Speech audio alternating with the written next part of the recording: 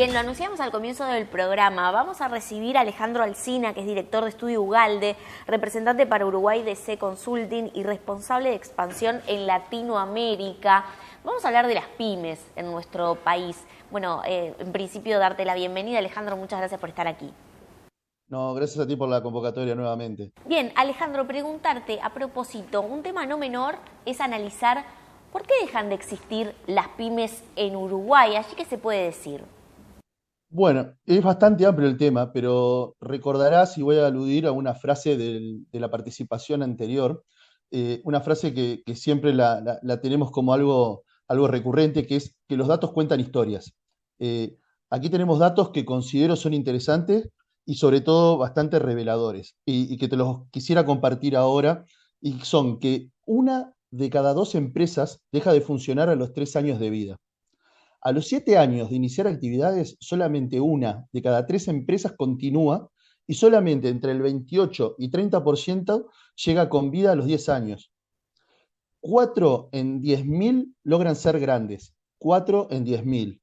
Y 2 en 1.000 lograron ser medianas, lograron hacer de medianas a micro empresas, lograron dar solamente el salto el 4%. Nunca olvidemos, como he mencionado en anteriores participaciones, que cuando hablamos de pyme, hablamos de una ferretería, de un local gastronómico, de un local en un shopping, en una tienda de barrio, de un almacén o de una casa de repuestos, de un carpintero, de un constructor, y no ser parte de esta estadística debe ser el gran desafío para todas las empresas en Uruguay. Esta cruda realidad nace de datos que son extraídos de un excelente estudio realizado por ANDE, que analizó la dinámica empresarial en Uruguay para el periodo 2008-2021, y a partir de registros administrativos de empresas en actividad, que nos arroja más datos como que en Uruguay anualmente nacen unas 28.000 empresas y desaparecen 23.000. Los datos podemos interpretar como que tenemos un superávit de 5.000 empresas que ofrecen nuevas propuestas, pero tenemos 23.000 empresas que desaparecen, que dejan de existir. Disculpa que te interrumpa, Alejandro, pero es muy interesante lo que tú mencionas allí, ¿no? Porque haces una diferenciación entre lo que es, de alguna forma, la visión, tu visión, el análisis y los datos puros y duros. Entonces, en ese sentido, más allá de los datos que ahora vamos a empezar a repasar, ¿cuál es tu visión respecto a este tema? Sí, te diría que yendo a los factores mencionados, hay 4 puntos que me gustaría destacar y que te diría que casi siempre aparecen en el diagnóstico. Obviamente que es algo multifactorial, pero estos 4 casi que están en todos los casos. La falta de planificación y capacidades empresariales. Planificación, tenemos que entender que las empresas son como las personas, porque las empresas están hechas a imagen y semejanza de los dueños. Una empresa seguramente no está ordenada si el dueño vive de forma contraria. Las empresas tienen sus tiempos, como cualquier ser humano, necesitan crecer, encontrar su nicho de mercado, necesitan tiempo para estabilizarse, de caerse, es necesario que te equivoques para aprender de los errores, de arriesgar, perder, ganar y luego madurar. Hay muchos casos de empresas que crecen de repente y nos dicen, crecimos demasiado rápido, ayúdame. Podemos ayudarte a sobrellevar el crecimiento, pero es difícil adelantarse a etapas que necesitamos atravesar, como nos pasa en nuestra vida personal. No, no es lo mismo salir a bailar con 11 años que con 20. Déjame compartirte algo que escuché hace un tiempo, y es que en Japón se estima que una empresa comienza a dar buen lucro a los 30 años de creada. A los 30 años de creada. A los 5 años se entiende que es como un bebé y hay que alimentarla y nutrirla para que crezca sana. A los 10 años es un niño permeable a todo el conocimiento que podamos darle. A los 15 está inmaduro, pero tiene muchísima energía y vitalidad.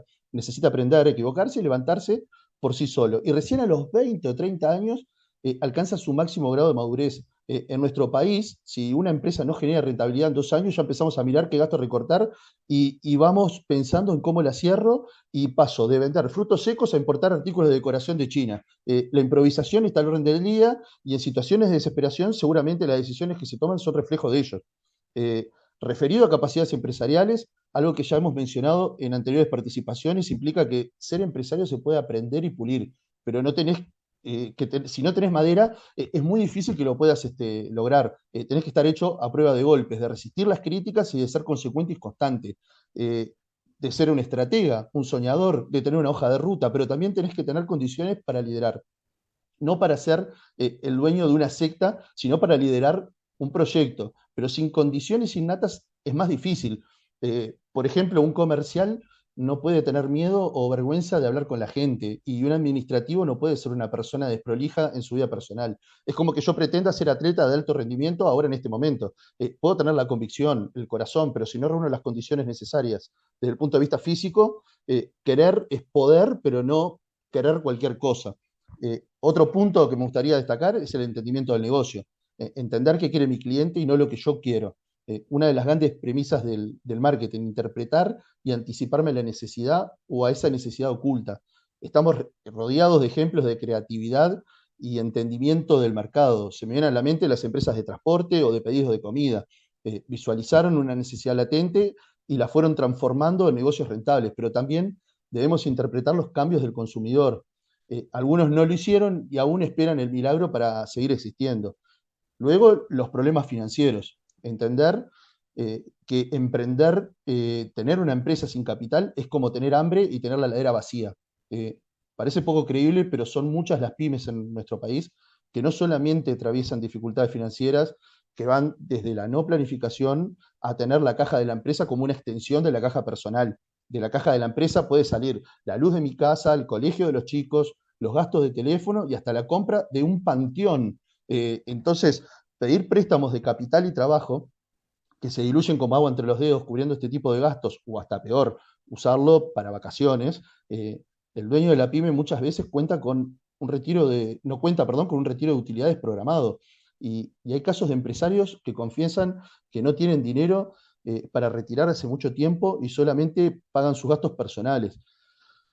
Por otra parte, tenemos empresarios que se autoperciben millonarios y gastan como si no hubiera mañana o se meten en negocios sin capital. No puedo comprar un auto si no tengo para comprar combustible.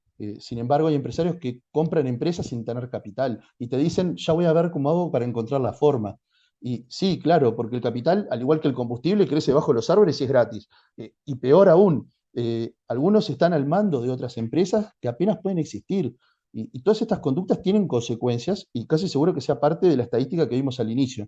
Bien, allí Alejandro es muy interesante todo esto que tú planteas y no menor es traer a la conversación lo que sucede con las pymes, que en realidad la mayoría son familiares y de corte familiar. ¿Y qué pasa con la sucesión allí, no? Finalmente, cuando se decide a nivel familiar continuar con este negocio. Allí, ¿qué puedes decirnos? Mira, dicen que el primero la funda y el tercero la funde. Tan solo el 15%, atención el dato, tan solo el 15% de las empresas familiares alcanza la tercera generación. 15%, el resto desaparece. Las pymes en Uruguay carecen de protocolos familiares, de manuales de gobernanza. Como hemos comentado en anteriores oportunidades, en la pyme convergen muchas variables que generan muchas veces un cóctel muy especial.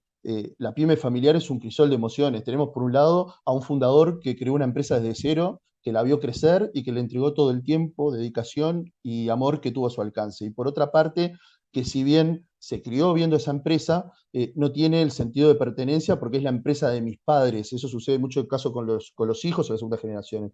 Y hasta quizá en muchas oportunidades se lo dejaron en forma clara y muy explícita, como cuando algunos de adolescentes nos decían, en esta casa mando yo, el día que tengas una, vos lo vas a hacer a tu manera. Y ha sucedido en empresas familiares. Entonces me dirás qué hacer, cómo generar el sentimiento de pertenencia, transmitir ese amor. Y te diría que es algo parecido a cómo transmitimos la pasión por un equipo de fútbol. Si pusiéramos esas mismas ganas de transmitir la pasión por un equipo de fútbol, que la pondríamos en nuestras empresas, seguramente el sentido de pertenencia de generación en generación sea más efectivo. Cuando somos niños en este país, a nadie nos regalan el gorrito de la empresa o la camiseta de la empresa, pero sí la de un equipo de fútbol. A la empresa no van los niños, salvo raras excepciones, porque preferimos que estén lejos en otras actividades. Y no te estoy hablando de ponerlos a trabajar, por supuesto, pero sí que conozcan la realidad donde sus padres viven más de la tercera parte de sus vidas y el lugar de donde proviene la fuente de ingreso familiar. Pero no se trata solo de amor, sino también de capacidades y de saber fehacientemente si esa persona es el mejor dueño que puedo encontrar para mi empresa, así sea mi hijo. Eh, Cuenta con la capacidad para afrontar los problemas y desafíos del día a día. La muerte santifica y está lleno de casos de empresas que hasta antes de existir pasaban desapercibidas y luego se transformaron en íconos y tendencias. A ver, una empresa no deja de existir. A veces es la familia quien no la cuida o la deja morir o la vende.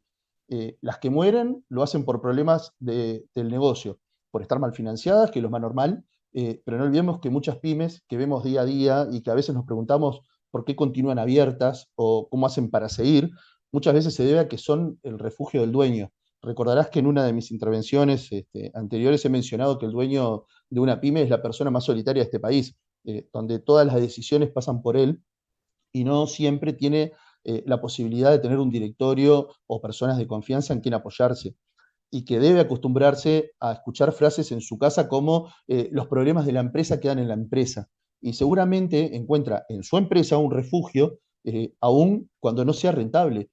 Conozco casos de empresarios que van a sus negocios a escuchar radio o a mirar la tele mientras trabajan, algo que para las siguientes generaciones no es considerado y que es absolutamente lógico porque se trata de empresas con fines de lucro. Y también recordarás que las pymes son lugares cargados de emociones. Entiendo que lo importante, como todo en la vida, es primero entender el propósito, entender por qué hacemos lo que hacemos, entender por qué tenemos una empresa abierta y descubrir si ésta tendrá o no continuidad, prepararla para ese momento, para una venta o un traspaso de mando. Pero en fin, te diría que hay que prepararla para algo, porque entiendo, no debe haber algo más maravilloso que transmitir y dejar un legado, más allá de lo económico, que obviamente es importante. Pero para que esto suceda, obviamente, hay que planificar. Muy pocos dueños de pymes planifican eventualidades que le impidan desarrollar normalmente sus actividades. Poquísimas veces planifican un retiro o la venta de una empresa, a pesar de que te digan al primero que venga se la tiro por la cabeza.